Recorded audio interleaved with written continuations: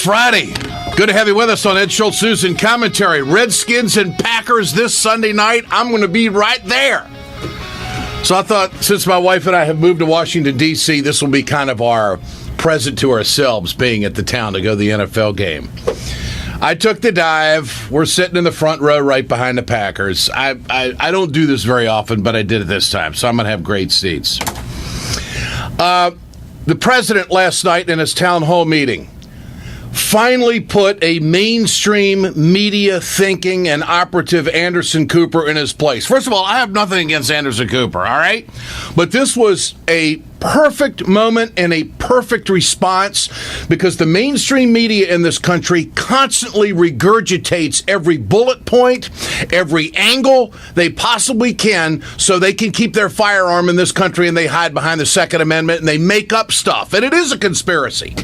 So I've been waiting for this word to get into the conversation in the mainstream media. But the reaction of Anderson Cooper, isn't it a conspiracy, though? You really think it's a conspiracy?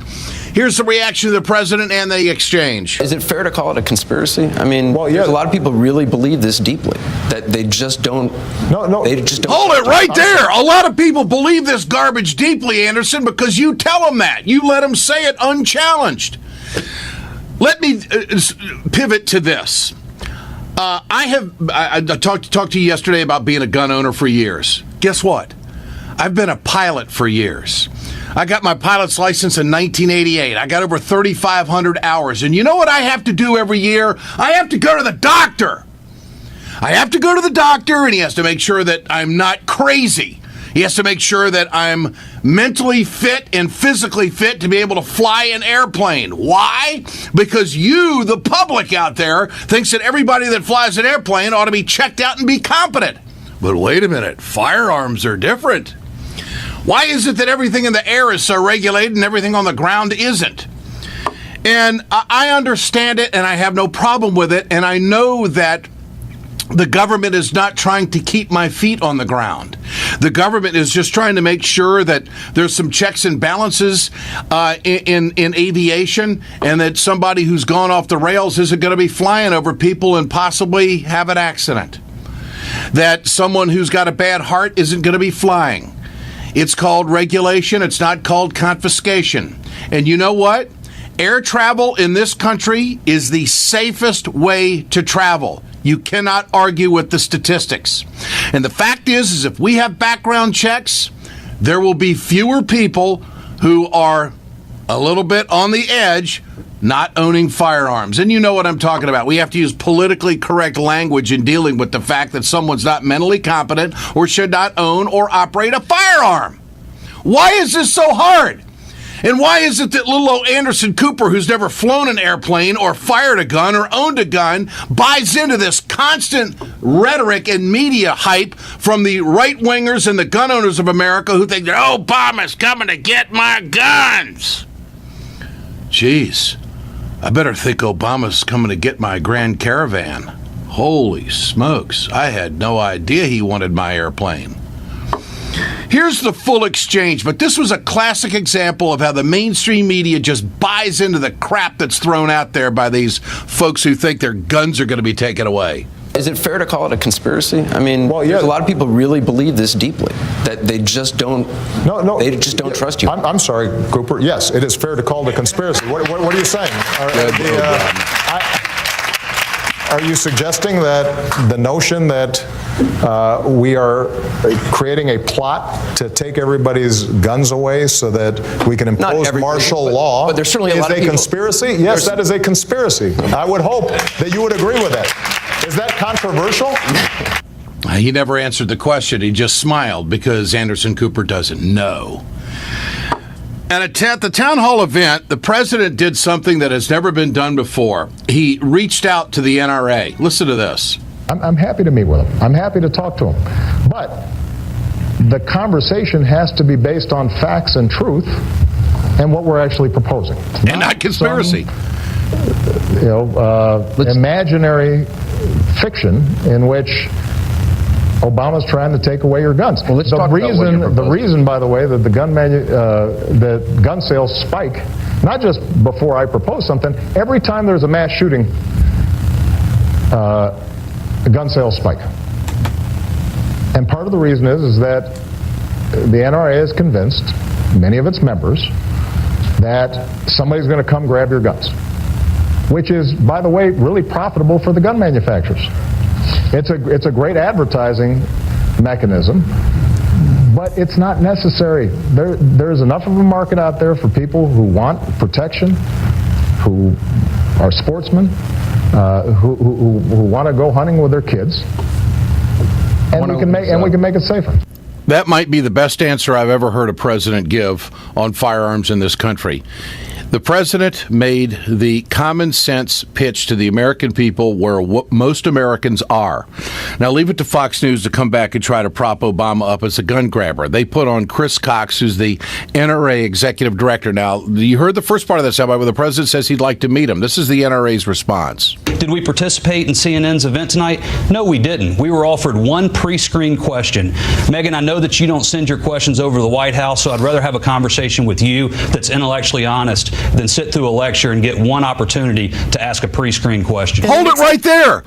There's no one of greater authority in this country than the President of the United States. It's not like CNN was pulling some bum off the street and saying, hey, you want to talk about guns? This was a remarkable production and the right thing to do by CNN and the President of the United States. I'm sure the other networks would have loved to have been involved in it. The fact is the president made his case as to why he thinks we need to do these things. And it's not going to inhibit anybody's ability to own a firearm. And I can go buy another airplane today if I want to, because I meet all the healthy standards. The president wants to put $500 million into mental health. That's fantastic. Where's the NRA on that? Oh, that's just part of the gun grabbing measure. Look, there's no stronger lobby in this town, Washington, D.C., than the gun lobby. And there's no easier way to hoodwink a voter than to make them think that the person that they might be voting for is going to grab their firearm. And the president did something monumental last night in addressing all the bullshit that goes with this, the sales job that goes with this. This Chris Cox is nothing but a salesman. And he's in denial of the facts of what's happening in this country and the social changes that have taken place. Here is another interesting deal that popped up last night. The president didn't get heckled. I mean, if these people are so passionate, why weren't they more aggressive on the president? Because they knew the president was right. The president was making the case. The president knew exactly where he is. He has the experience of going to Sandy Hook, which clearly was a event in his life that he will never forget. And it left a mark on him. He called it the worst day of his presidency. Listen to this. I was too, actually. I visited Newtown 2 days after what happened, so it was still very raw. It's the only time I've ever seen Secret Service cry on duty. It continues to haunt me. It was one of the worst days of my presidency. Joining us now from California, Congresswoman Jackie Speier. Congresswoman, good to have you with us. Great to be with you, Ed. Your thoughts on the town hall last night, as you step away from it, what the president did, what his mission was, how it was produced, and the exchanges. What do you think? Well, there's no question that he is absolutely committed to this issue, is passionate about it, and isn't going to shrink from those who want to criticize him. And I applaud him, and I think the American people are applauding him as well. Do you think it'll move anybody in Congress, or is the gun lobby so strong it's not going to move anybody? It's not going to move anyone in Congress. See, that's really the story, and that's why the president is where he is. Right. No, this is the most dysfunctional Congress in the history of this country. It's reflected in the polls. That's why there is so much anger out there. And frankly, the members here just don't get it. We've got to come together and work together. And the fact that you can't pass a bill that is just going to keep the status quo in place, it's just going to accommodate the fact that new technologies, the internet, and different ways of selling guns have come into being. But we still want background checks to make sure that ex-cons and persons that are convicted of misdemeanor domestic violence don't get guns. So why would we want to create an avenue for them to escape what we already have as the law in the country? Closing the gun show loophole, how much of an effect do you think that's going to have? You know, there's more guns, I think, that are sold on the Internet than are sold at gun shows. In California, we have every imaginable law in the book, and yet there were AK-47s that terrorists in San Bernardino were able to get. Mm-hmm. So if we don't appreciate the fact that this has to be a national policy, and that even in California, where you have the strictest gun laws in the country, or among the strictest, it had a year in which there were more guns purchased than ever before. So it's not like anyone isn't able to access guns. We want people who are legally eligible to access guns to be able to access guns. This is making sure those that shouldn't get guns don't get guns. Astronaut Kelly made a profound point about the number of firearms in the number of households in this country last night. 350 million guns, 65 million households. That's a number that we don't hear too much about. And then he asked the question about how would the government go about confiscating that? Is it even possible? And I think we all know the answer to that. The president made the point that it's the gun manufacturers are behind all of this, and it's big business for firearms, and this is where a lot of the lobbying money comes from. And I'd like to know what, from your position in Congress, how do they operate? How does the gun lobby operate? What do they do? What do they say? How do they function in the halls of Congress? Well, first of all, Ed, I should admit to you that I have an F rating with the NRA. So I know that. They don't come according. You wear that as a badge of honor, as many people do. But I think people in Congress are somewhat reflective of the population. They operate in fear. Most of these members operate in fear that there's going to be someone more conservative than them that will run against them, or that the NRA will come up against them with another candidate. So I don't know to what extent the NRA feels that they've got to come around with an arm and twist anyone. I think that they just recognize the power that the gun lobby has in terms of disseminating its lies, truly. There is no way that you're going to confiscate these guns. And There's finally, no way anyone wants to confiscate these guns. No, that's not the mission. And finally, was the president effective? Do you think he moved some Americans last night? I think the more he speaks about it, the more it becomes a drumbeat, the more likely we'll get some action. You know, Jackie the Tea Party gained the kind of clout it did by just continuing to pound on the issue, keep the drumbeat. And I think the president has to do that. I have to do it. I've done many gun buybacks in my district. I've done conferences on After Newtown, and we've done a whole program in my area on making sure kids in schools that have issues are identified and they get the support they need so that we don't have Newtown incidents in our community. So there's lots of things we can do and we must do. Listen to Donald Trump. This, of course, anything the president does ends up on the campaign trail, and they all react to what they would do. Here's Trump. You know what a gun-free zone is to a sicko? That's bait. That's like gun-free zone. I will get rid of gun-free zones on schools, and you have to. And on military bases, my first day, it gets signed, okay? What do you think of that? End gun-free zones at schools. There would be firearms at elementary schools in America. So this is how chilling that comment is to me. Imagine having, toddlers and first graders walking around with guns. I mean, how outrageous can we get on this issue to lose any sense of sanity and common sense? I mean, it's absolutely absurd, and it will. I think if people sit back and think about it, they recognize that doesn't make sense. And when you realize that 40% of the guns in this country are purchased without background checks, that should make all of us nervous. Congresswoman Jackie Speier, I appreciate your time. Thanks so much for joining us. My pleasure. Congresswoman Jackie Speier from California. She's got an F rating with the NRA. That's what it sounds like. I like it.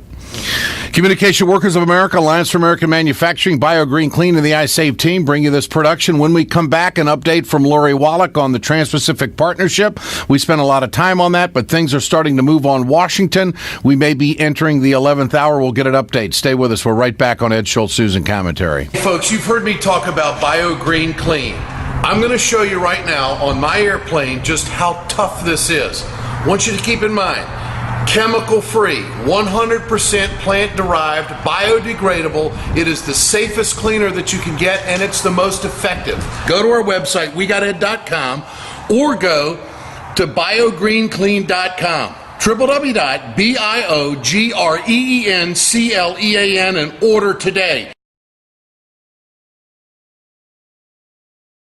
It's time to continue our conversation about mechanical insulation. Mechanical insulation is for the piping systems in our nation's commercial and industrial facilities. Facility owners are burning up billions of dollars through the lack of mechanical insulation on these piping systems. Call the iSave team. Insulation saves America valuable energy, and this team of energy conservation specialists is shovel-ready to save you money. Visit iSaveTeam.org to have a specialist give your plant an energy audit. We perpetuate a culture of crime all the way from Wall Street right down to the main street in our hometowns. It's worse than it has been since FDR took control of the problem and said we can't count on industry taking care of the American labor. They probably have already engaged into some type of criminal cover-up, and the law prohibits the government from even doing anything about it.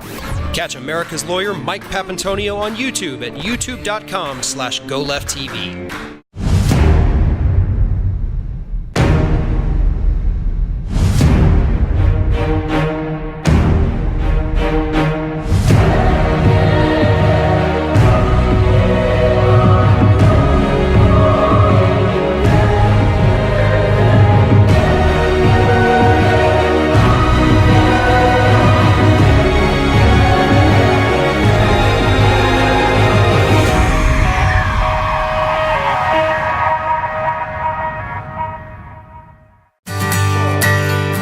From the steel mills of Pennsylvania, to the auto factories of Michigan, to the modern makers movement, manufacturing makes our nation great. I'm Scott Paul, President of the Alliance for American Manufacturing.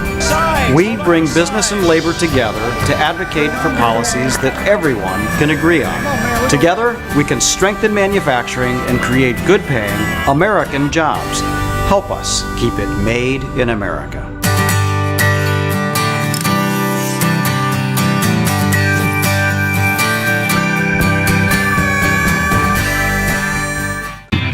Ed Schultz, Susan Commentary, brought to you by Communication Workers of America, Alliance for American Manufacturing, Bio Green Clean, and the iSave team. Just when you thought Keystone was behind us, just when you thought that the rejection by the president of this project that's gone on for 6 years was behind us, here comes the corporation with a massive lawsuit. TransCanada, like any other major corporation, any other multinational, isn't going to give up in the American court system. They have filed a lawsuit in federal court in Houston, Texas, seeking $15 billion in damages because the president has said no to the Keystone XL pipeline. Now, this is going to be a federal lawsuit, as I said, but it's still a permitting process that's taking place in some of the states in the Midwest, such as Nebraska and South Dakota. And the fact is, the issue of eminent domain is not addressed in this lawsuit. So I don't know how all of that is going to come into effect. But the fact of the matter is that this is a classic example of what we're going to face if the Trans-Pacific Partnership goes through. It will be lawsuits like this when multinational corporations feel like that they're not able to do business in the United States the way they want to. For more on that, let's go to Lori Wallach, Director of Public Citizens Global Trade Watch. Lori, good to have you back. Thank you so much. What about this lawsuit? Is this a microcosm of what we would be facing? Well, yes, and it's even one degree worse than what you described, because TransCanada has gone to U.S. federal court to try and reverse the decision to stop the pipeline, saying it's unconstitutional. But then simultaneously, They've gone to a NAFTA tribunal, one of those infamous investor state tribunals. And it's there they're saying they get $15 billion from us taxpayers for being denied a pipeline that through a democratic process our government decided wasn't in our interests and was bad for the environment. So it's a double whammy where only foreign corporations get to use this investor state system. Now, TransCanada and NAFTA and Canadian firms generally have been the only ones attacking us using these extrajudicial corporate tribunals, where, by the way, the judges, the so-called judges, are just private sector corporate attorneys who rotate between suing governments to raid our treasuries and being the so-called judges. I mean, if the American people can't consume this, if they don't understand how damaging this is, hell, we've lost America. I mean, this is just a complete circumventing of a representative government. What we decide doesn't always happen. That's the bottom line here, because there's a trade agreement with an international tribunal under NAFTA that could circumvent American law. That's what it is. Basically, it's saying, well, you can pretend you have a democracy. You can have votes. You can have elections. But in the end, if these corporate rights that the so-called trade agreements give foreign investors are in any way infringed, according to 3 anonymous rotating corporate lawyers, then us taxpayers have to reimburse for the privilege of democracy, which, of course, will chill any of these decisions. I mean, hell, look at what happened with that country of origin meat label. Yeah. $1 billion of threat and sanctions, and Congress gutted that law that 90% of Americans want. We don't have that in the grocery store anymore, Ed. You go to the grocery store, you have no idea. It's mystery meat time. So imagine $15 billion. Yeah, we're back to mystery meat. It might have the USDA stamp of approval on it, but that's just like a brown paper bag. It doesn't say anything or do anything. It just carries. And the bottom line is that the mystery meat is right. That you don't know where that consumers, you don't know where that meat's coming from. That's not what we voted on. But that's the Congress stripped it out so they could get along with the TPP. By the way, where are we with that horrendous trade agreement? Well, here's the only good news. You know, folks, if you right now with all of our trade agreements that have those crazy tribunals, there are only about 9,000 corporations, and that's a lot. But it's a lot of ma and pa operations. It's from developing countries. Not a lot of investors here. But if we get into that TPP overnight, 9,500 more corporations, and it's the big doozies. It's the Japanese multinationals. It's the Australian mining firms. It's financial global firms. So how do we stop it? The good news is right now they don't necessarily quite have the votes to pass it in the House of Representatives. They're just on the knife's edge. So everyone hearing this who does not want a TPP future, you got to talk to your members of the House of Representatives. They all have public schedules. Go to the blue pages, call their local district office, find out when they're having an open house or a town hall meeting, and just go up and shake your congressman's or congresswoman's hand. Don't let go. Eyeball them and say, will you commit to me to oppose the TPP? Democrats and Republicans, a whole passel of them have already said they will vote no. You guys can all round up the last couple dozen needed, and we will save ourselves from this. It's a conventional wisdom. They'll get 50 in the Senate, but they don't have the majority in the House. Is that where it is? Correct. Exactly. Okay. All right. And Mitch McConnell's not doing it because of a tobacco provision, but he may be holding out on that just to draw these other guys in support out of it to make sure he gets the 50 votes? He's wangling. He's negotiating. In the end, I will walk on my hands from Capitol Hill to the White House before that man opposes the TPP for real. That says it all. Lori Wallach, always great to visit. Thanks for joining us. I appreciate it. Thank you. This is Ed Schultz, News and Commentary. Have a great one, a great weekend. Look forward to the Packers beating the Skins. I can't say that too loud in this town, but that's where I'm at. Have a great one. We're back Monday.